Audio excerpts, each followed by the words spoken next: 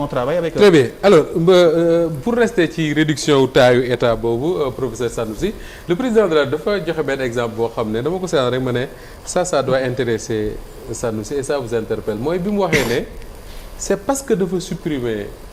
au conseil des collectivités territoriales. supprimer c'est ce qu'il a pu recruter des enseignants. Oui. mais moo tax effectivement ma koy wax ni aujourd'hui su buggee dindi les abris provisoires ak leneen mais ne commencer par toucher à ces cas secrets et puis xam nga c'est vrai et puis xam nga les secrets gis nga ce qui est dangereux gis nga ce qui est dangereux Diop gis nga l'état li nit ci doon wax rek gis nga l'état c'est un monstre froid gis nga man dara mënuma gëmloo ne tey fi ñu toll nii ñu def ci suñu kel xam ni Sénégal dafa nërmeelu ba ñu war a defaraat suñ toogaay parce que plan de redressement mooy nga defaraat sa toogaay benn doom aadama ñu utal ko benn kees ci fekk am na salaire parce que man li may waxuma ko le président de la République moo ko wax kon moom ngeen di weddi Diomaye Bassirou Faye moo toog mu ne lan laay doyee caisse noire lan laay doyee fonds secret qui plus est man am naa salaire fayuma courant fayuma ndox c'est lui qui l'a dit et quand Diomaye le disait il connaît la réalité maintenant nag bu fekkee dafay am ay analyses yu ñuy gëmloo que ni way réew am na loo xam ne nii mënuñu koo wax gis nga man li ma gëm mooy il ne faut pas tenter le diable sinon on part de la tentation à la tentative doomu aadama du ñu nekk ci réew mu am ñu xiif ñu mar xale yi lekkuñ naanuñ nga jël benn nit premier ministre jox ko ay millions tegal ko du salaire am te fayul dara ñun ñu ngi mais attends quand on nous parle de ay lu ñu war a fay fii les secrets le social bu ñu war a gérer mais ça c'est tout le monde et pourquoi donc sénégalais bu nekk duñ la utal benn caisse gis nga sacrifice. Sénégal mais sacrifice boo koy def da nga koy commencer sa bopp waaw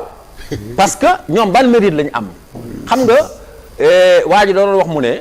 c'est-à-dire que si l'imagination ne s'empare pas du pouvoir le pouvoir va s'emparer de l'imagination et le pouvoir s'est emparé de l'imagination des Sénégalais li ñu gëm mooy un président de la République dafa war a am xaalis un premier ministre dafa war a am xaalis un DG dafa war a am xaalis au nom de quoi en quoi sont-ils plus méritants ba pare ñu xam ni ñoom ñi nga xam ne dañuy wax di dem ci diine ñu jox leen xaalis boobu ak fu ñu ko munti dugal fii réew mi ku fi xiif ku fi mar da nga koy def sa bàmmeel da nga koy layoo parce que ñoom la ñu jiitee donc man je dis j'ai déposé une demande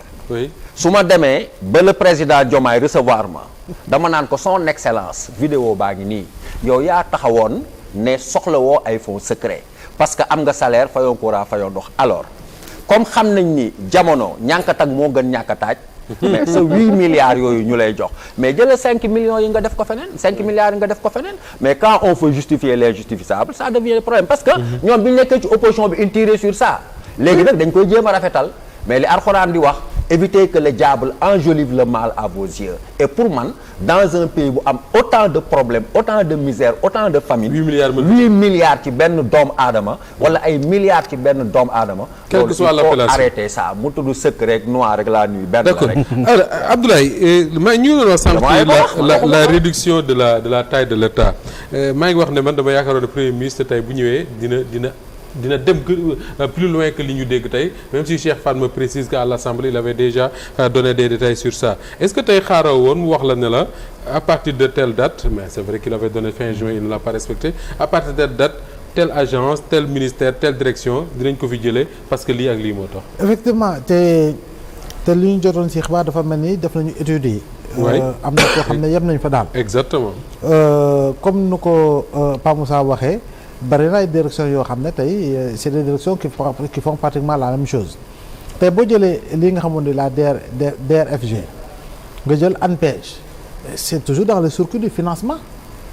moo xam ndaw la moo xam jeune la moo xam lu mu doon boo ñëwee si li nga xamoon di secteur électrification am na ASER am na ANER su ma jumul xam ANER yaa ngi dégg daanaka c'est toujours si même secteur d'activité bi la ak AEMA AEMA aussi agence de l'économie de l'énergie donc ma jàpp ne nag yooyu effectivement dafa am ay études yu sérieuses yoo xam ne war nañ ko def waruñu def li nga xam ni sur le plan juridique déjà faisabilité bi naka lañ koy defee comme ni ko Cheikh waxee tamit le redéploiement du personnel boo redéployer personnel bi la say des fan nga leen di dugalaat si li nga xam ne moo nekk si ay démembrement état réduction de la taille justement de l'état aussi jàpp naa ni am na loo xam ne tàmbali nañ ko sax au départ mooy boole ay ministères parce que tey da nga jël jeunesse jël sport jël culture da nga jël élevage boole si agriculture da nga jël yeneen yoo xam ne si jamono yi Abdou Diouf ak Senghor effectivement ministères yi noonu lañ ko doon tëggee kon boog am na loo xam ne wàññi nañ ko nous avions une pléthore de ministères yoo xam ne en réalité da nga gis ministère ak ministère ba boo leen boole woon daanaka benn ministère war na mën a mat benn ministère mais aujourd'hui li nga xam ne moo di toujours li nga xam moo di taayu état man pour man am na yeneen agence yoo xam ne sax maa ko yow xamuñu ni mi ngi exister parce que nous avons énormément d'agences dans ce pays là foofu itamit war nañu liggéey pour réduire li nga xam ne mooy le nombre d'agences pour xool itamit loolu ñuy récupérer buñ ko wàññee fan lañ ko war a mën a dugal ci gafak ak état pour mën cee jëm direction yi dañoo bari da ngay dugg benn ministère boo xam ne je sais pas c'est par efficacité par efficience mais da ngay gis direction de lii direction de lële direction de lële te bu ci nekk itamit lu muy utiliser ci personnel itamit daanaka jégg na dayoo donc pour man war nañu véritablement miser sur ça gën a insister sur ces aspects là pour mën a jëm ci li nga xam ne dëgg-dëgg moom mooy soxal li ñu mun a duppee li nga xam moo di la réduction de la taille de l'État parce que l'état profond dont on parle pour man si loolu lépp li dugga l'état profond pour man ça prend en compte tous ces aspects là donc on doit sortir de l'état profond pour venir sur l'état boo xam ne boo toogee fii da ngay gis buntu ba mais bu ñuy insister toujours si li nga xam ne mooy comme ñun pays sous-développé da ngay gis ni Erdogan boo fi ñëwee dafa ne Macky tu as combien d'enfants alors que man j'en ai 9 alors que la Turquie c'est un pays de 89 millions d'habitants 80 millions d'habitants ñun dañoo non mais c'est extraordinaire. Oui, mais justement en parlant de ça est-ce que bu ñu bëggee réduire Abdoulaye compresser comme on dit du ñu dem ba remettre en cause l'efficacité de l'État c'est-à-dire que demaat delloo ci ay lourdeur parce que damay dégg ñu bari ñu wax ne par exemple ministère yi nga tudd sax ne day dem ba dafay diis. Est-ce que loolu aussi du risque quelque part. waaw xam nga tout dépend également pour man de la richesse du personnel. maanaam des ressources humaines. pour man ressources humaines de qualité. jàpp naa ni am na loo xam ne lu fukki di liggéey daanaka juróom mën nañu ko liggéey waxuma nag je ne plaide pas pour ñu war a mën a dàq parce que Cheikh li mu wax noonu c'est important tenir compte de l'aspect social parce que du question que da nga war a redresser que en réalité dafa war a créer les conditions d'une perte d'emploi les emplois faudra les consolider à défaut de pouvoir les renforcer au maximum donc loolu yëpp jàngat la goo xam ne pour man du jàngat boo xam ne ngay xëy rek xelli ko il faut nga def ko par une approche j'allais même dire par dose homéopathique pour véritablement yem si li nga xam mooy le juste équilibre par rapport ak li nga xam ne bëgg nga ko def te doo gàllankoor sa bopp waaye itam doo gàllankoor ay Sénégalais yoo xam ne da nga leen fekk si ay béréb ñu fay liggéey depuis 5 ans depuis 10 ans au départ si tu te souviens Macky bu mu ñëwee dafa tas FNPJ tas OFEJBAN et cetera mais en retour da ngay gis ni la mu tas ñëwaat na mais sous une autre appellation. Oui. Donc pour man c'est ce qu'il faut éviter li nga xam ne moo di efficacité ak efficience bi ngay soxla ak nit yi nga xam ne war nañ ko mën a doxal. pour nga jëm si loolu. tey boo demee direction de l'agriculture ministère de l'agriculture xaw ma ndax la direction existe toujours dem nañu ba créer direction des investissements agricoles xaw ma ak yu demee noonu. mais au bout du compte yow da ngay bëgg a xam direction boobu lan la liggéey. on te parle véritablement ay voyages expéditifs dem nañu Chine dem nañu fële mais tracteurs on ne les voit pas on ne voit pas de tracteurs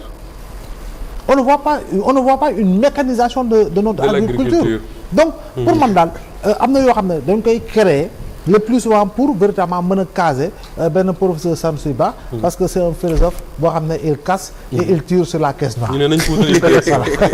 mais xam nga man quand j'ai entendu ñu am ministère de l'éducation nationale direction ñu ne am na un chargé de conseiller d'éducation du premier ministre. Non.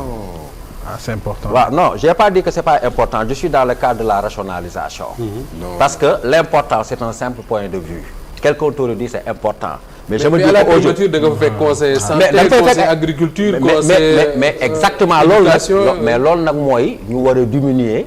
l'état la taille de l'état foofu la ñu war a mën a commencer. Moustapha. teg ko ñu koy soxla rek. Justement est-ce que je ne parle pas d'une personne, je parle des principes. d'accord